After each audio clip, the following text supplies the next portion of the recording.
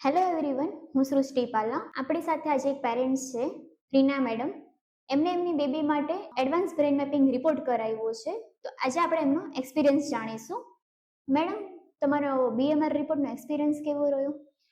Experience ખૂબ જ સરસ રહ્યો. 1 વીક પહેલાં અમે બીએમઆર રિપોર્ટ કરાવેલો હતો અને એનું કાઉન્સેલિંગ પણ થઈ ગયું છે. અને એ રિપોર્ટ ઉપરથી મને એ જાણવા મળ્યું કે એનું જે બિહેવિયર છે એ 95% રિપોર્ટની હારે મેચ થાય છે.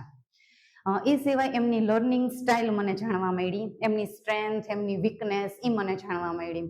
એટલે એની સ્ટ્રેન્થ ઉપરથી એને આગળ મારે કયા ફિલ્ડમાં લઈ જાવી અને એની વીકનેસને એની સ્ટ્રેન્થમાં કેવી રીતે કન્વર્ટ કરવી, મને એ જાણવા મળ્યું.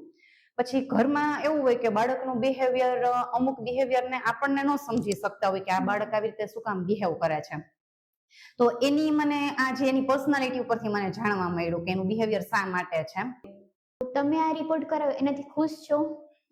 હા, બીએમઆર રિપોર્ટથી હું ખૂબ જ ખુશ છું અને હું બીજા પેરેન્ટ્સને પણ આ રિપોર્ટ માટે સજેસ્ટ કરીશ કે આપણા બાળકને આપણે ઓળખી શકી એના માટે આ રિપોર્ટ છે એ ખૂબ જ જરૂરી છે.